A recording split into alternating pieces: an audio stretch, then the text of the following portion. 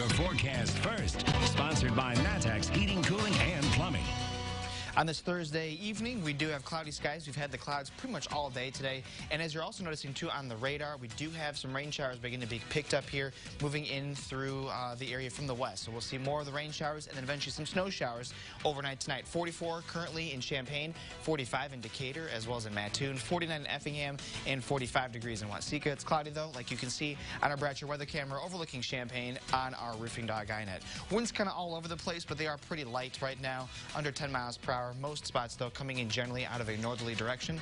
So for the rest of the evening hours, we are expecting cloudy skies. However, rain showers and then snow showers will be expected overnight tonight going into our Friday morning. We'll let you know how much you can expect as well as how warm the temperatures will be for the weekend coming up. WCIA 3 News starts right now.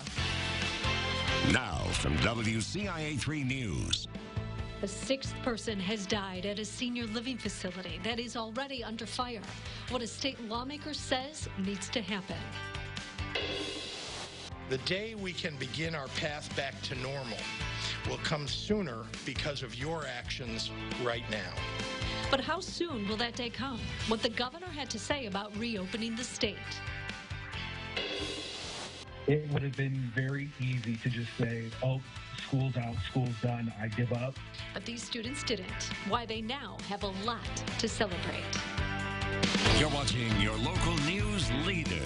This is WCIA 3 News at 5. I think it's time Fairhaven steps up their game, and this is not acceptable.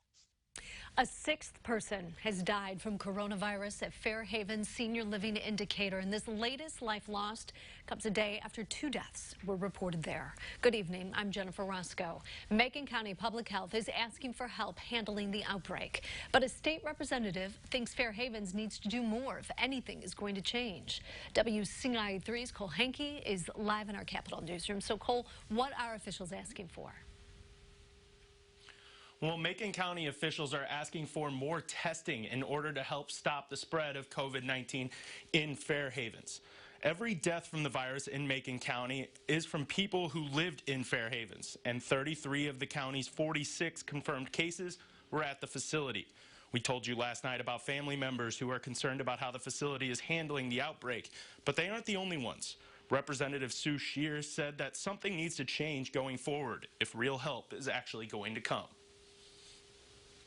If they need help with protective equipment, they need to let us know, is what the governor's office has told me, and we will put them on the list to get them the equipment.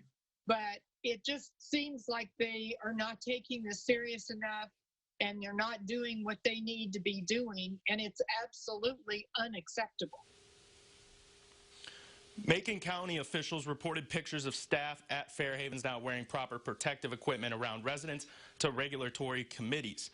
Administrator Brandy Binkley said that the picture showed a different story than what the facility was reporting to the health department. Now, we reached out to Fairhavens today for comment, but they declined. Now, yesterday they did tell us that following the 2 deaths yesterday, they said that they were following all the guidelines given to them by the CDC, the Macon County Public Health Department, and the Illinois Public Health Department. Reporting in Springfield, I'm Cole Hankey, WCIA 3, your local news leader. All right, Cole, thank you so much. The Department of Public Health announced another 1,100 cases and 125 deaths. That is the most lives lost in 24 hours. That brings the total number of positive cases to nearly 26,000. There are now 1,072 deaths in Illinois. President Trump is giving state governors the power to call the shots when lifting social distancing restrictions. That means many could be welcoming customers inside again soon. WCIA 3's Courtney Bunting talked to some of those businesses. She's live in downtown Champaign. So, Courtney, how are they feeling about the possibility? Many have been looking forward to opening their doors again. Now, a lot of them have been losing money, and others have just decided to close their doors completely. One example of a restaurant staying open is Manzella's Italian Patio here in downtown Champaign. A manager here says they are doing okay right now income-wise, but they have had to shorten employee hours. She added they are getting enough business on weekdays, but on weekends they are hurting. However, they are able to open up, when they are able to open up dine-in options again. She wants it to be when it's safest. Oh, obviously, with a family-run business that's been around for so many years, we want to see our people back, but we want to make sure that everyone stays healthy. You know, there is great concern that, you know, if one of us were to get it by a customer, you know, picking up their order. Now, if they were to open up again, I asked them if they would be making any changes. They said they wouldn't make any major ones, but they said that's because servers at Manzella's are washing their hands regularly and everyone in the kitchen is wearing gloves.